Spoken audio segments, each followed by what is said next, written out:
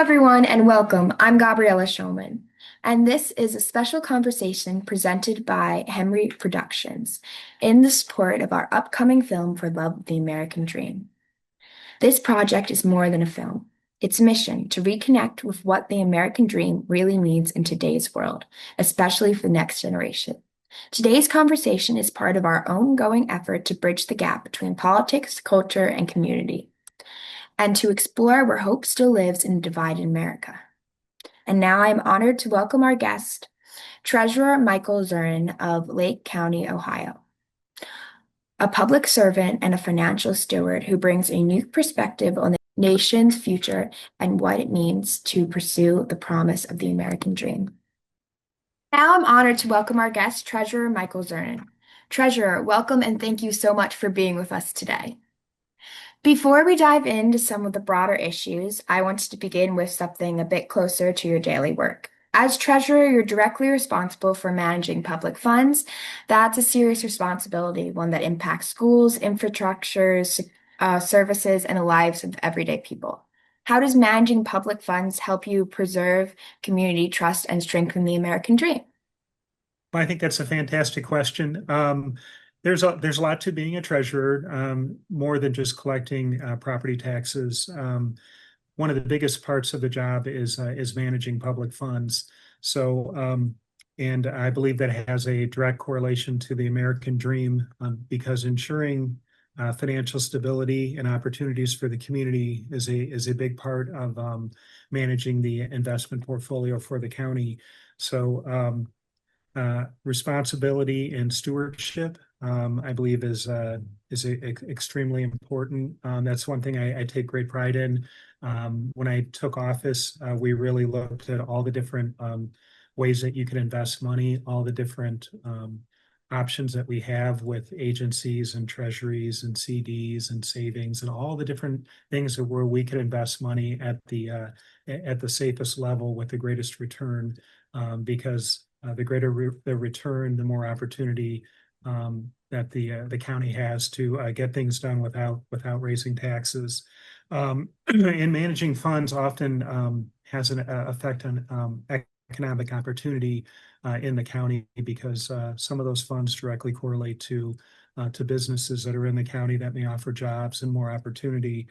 And one of the biggest things I do believe in is safety of investment, so AAA rated investments. So we're not risking any of the public funds, any losses. We're just looking at returns, and also long-term planning, because a lot of times when you look at the market and the opportunities that are available, there could be an investment for short periods of time with a greater return, or longer periods of time that will lock in a return. If there's a project or a county is building something, and they need to secure an investment return for a longer period of time and ensure there's a minimum that the county is getting in. So really looking at all the different reasons for an investment and why it's needed is really important as in the treasurer's role. That's all great to know. My next question for you is so, like talking about America, America is unique among nations. You know, it's built on diversity and people who risked everything for the shot for the American dream, right? That fierce determination to reach the American dream or die trying is kind of the heart of our film. In your view, how do we pursue and honor that legacy today, especially a time when the nation's conversation around immigration and belonging have become so deeply divided? Well, I believe it is. I love the idea for the movie. I think it's fantastic, and I believe preserving America's honor and legacy, based on what you're doing in the movie, is extremely important. Um, I think we need to reaffirm core values. America's legacy is rooted in the ideas of liberty, opportunity, and equality under the law, and it emphasizes discourse, education, civic engagement, and it bridges divides. Um, I believe we need to really focus on promoting respectful dialogue among different groups with different ideas, because when you really dig into it and you see what both sides really want, a lot of times it's the same thing. They just have a different approach, or a different experience in the past. But they really want what's best for them and their families and the community. And sometimes we really need to be respectful and listen to each other and see what we want, which is probably the best for all of us. So I think things that can help would possibly be more town halls, moderated online forums, um, and just community events where both sides can talk respectfully and listen to each other's ideas. Great to know you actually answered one of my questions for later on about that, because it is that question of can we get along enough and what can we do to do that? But so my next statement is in our film's final speech, the writers actually quote President Reagan's farewell address, where he said, "Anyone from any corner of the earth can come to live in America and become an American." Do you believe there's still room in the Republican Party for that vision of openness and inclusion? Or has the party's stance on immigration fundamentally shifted? And what would it take to bring that vision back to the forefront? I believe the vision is still there in the Republican Party for everybody. Um, and I believe that you know we have to follow the rule of law. We have to make sure that anybody coming into the United States has a purpose to come here. They have a Mhm. va- they have um, they can add to what America is and what America is going to be, and their past experiences are really important too because they have a different way of how they have where they're coming from. It could add a lot of value, but we also have to make sure that when they come here, they're going to add value and they're not going to be violent. They're not going to be harmful. They're not going to hurt Americans. So I do believe they need to be vetted and they need to have a purpose for coming here or a value that they're adding to come to the United States. That's a great answer.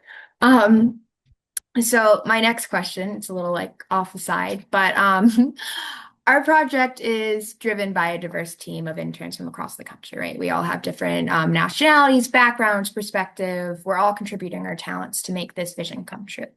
A question that I want to say is, in today's political climate, where some voices frame diversity as a threat or liability, what would you say to remind Americans why diversity and inclusion are not only strengths, but essential to shaping the country's future? Well, I think it's really important to look at all different perspectives because we can learn from each other and we can grow and we can make improvements based on individuals' backgrounds and experiences. And when you're pulling people in from different parts of the world and they want to make where they're living better, if they're going to come to the United States and they want to improve, they want to have a better life for themselves and their family, and they want to give back to the community and show their past experiences and what they have learned and how they could make things better in the community that they're going to raise their family in is going to be better for everybody.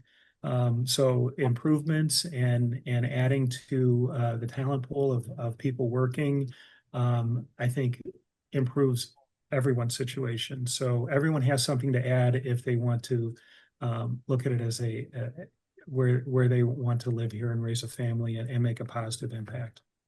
Yeah, it's always good to hear from someone that like that idea is that like that we all need it in a way.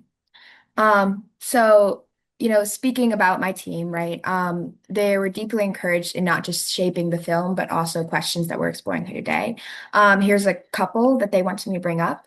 So, Stephanie from New York, one of our business marketing interns, asked, with the state of the country right now, what is a message you'd like to convey to the younger generation? What do you hope the country continues or finally puts to an end? Well, I wanted to mention one thing that happened to me in the past. Mhm. Kind of what happened to me in my childhood, and then I want to go into that question if that's okay. Oh, yeah, of Um, course. so kind of my background is, I came from a divorced household. So I have one sister, and my mom, she divorced when I was 9 years old, and I just remember how it impacted my mom and how it impacted the family. And I think this might be a good perspective to look if, for the younger generation, just to see um, a lot of things that are happening now have happened before and how it's kind of shaped the United States. So in my situation, my mom, she went back to work after she got divorced. I was 9, I think my sister was 10. And she worked 2 jobs. One of the jobs she worked at was the YMCA. So my sister and I would get off of school or get out of school and we would go over to the YMCA and we were able to get free classes because she worked there. But she also decided to go back to college and she went to a 2-year college at first, and then she eventually went to I think it was Notre Dame. She went to Notre Dame in Cleveland, not the one in Indiana, Oh. but she went to that, and she eventually graduated. But kind of what that taught us was, she went from a situation where she wasn't working. She worked 2 jobs, and then she went back to school, and I kind of instilled um, really values and determination, hard work for my sister and I. So it was something that we experienced.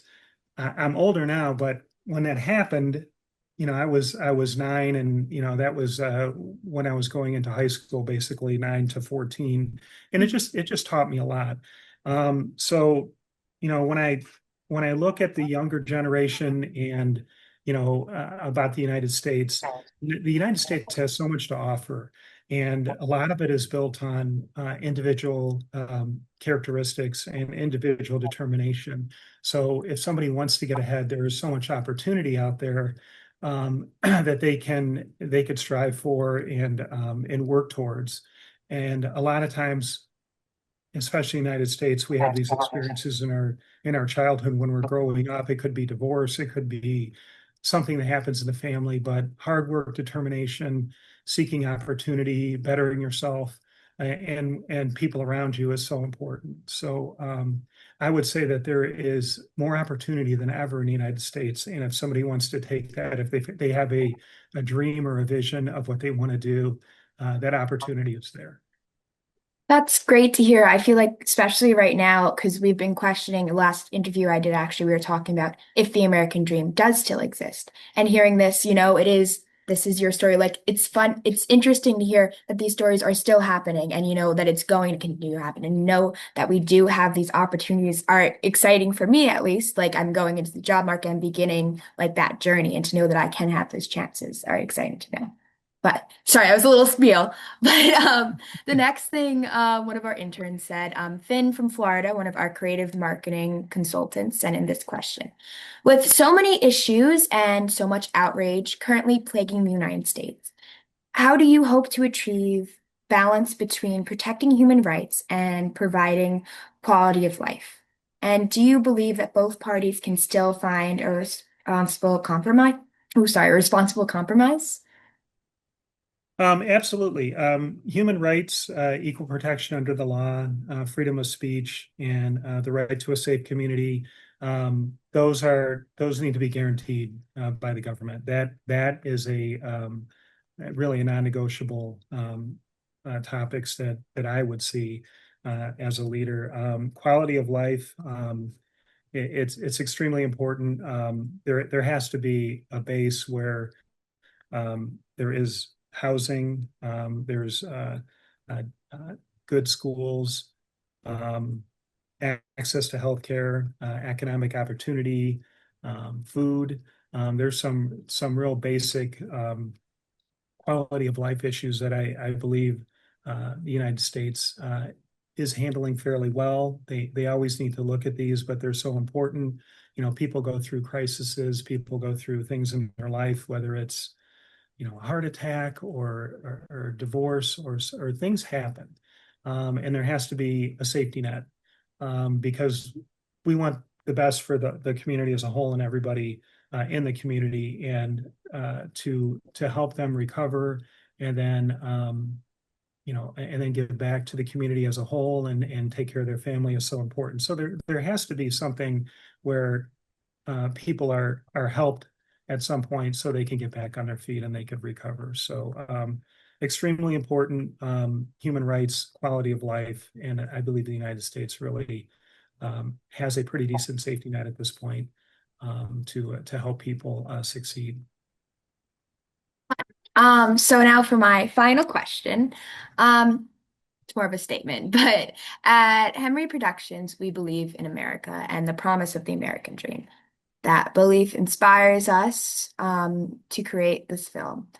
Throughout our history, America has faced deep internal struggles, the Civil War, the Civil Rights Movement, and the fight for women's suffrage. And each time people stood up so future generations wouldn't have to face the same battles. Today, many young Americans are watching democracy itself come under attack. The rights they thought were guaranteed are being challenged or rolled back. What would you say to them? To those who are scared and uncertain about the future and wondering if the American dream is still alive for them now? Well, I would say that I mean I hear their fears, I hear their uncertainties, I hear the concerns, and there are turbulent times. I mean, we go through it all the time. If you look through history, a lot of things repeat themselves, and it's natural when somebody is going from being a student to adulthood and being responsible for everything that they really question what's going on around them. And I would say that, the American dream is real. It is alive and well. I think it's growing stronger and stronger. There's more and more opportunity as time goes on because there's more technology, more innovation. There's just so much to offer, and the opportunities are just growing. And I think the American dream is bigger and better than ever. And when you look at students coming out of college, they're so smart, and they're a lot of times they've really chosen a career path that is real specific, and the value is just exponential. I mean, it's I believe that the American dream is there, but you got to be involved. Democracy is very frail, and people need to stand up for what they believe in. People need to fight for to vote, to engage, to make sure that that is a safe system. And I think that as long as they're involved and they care about where they live, then the American dream will just grow and be stronger and stronger. Okay, thank you. Treasurer Zuren, thank you so much for joining us today and sharing your perspective. It's been an honor to have you with us today. And for everyone watching, thank you for being part of this conversation. At Henry Productions, we believe in America. We believe in the American dream. That's why we created this film, to tell a story and honor the struggles, the hope, and the resilience that define this country. But we can't tell the story without you. If you want to be part of this journey, visit our website for lovetheamericandream.com. Every contribution, big or small, helps us move one step closer to making this vision a reality. When this film premieres, when it lights up the screen, you'll be able to say, I was part of that. I believed in the dream. I helped make it happen. For love, the American dream, let's build it together. Thank you so much.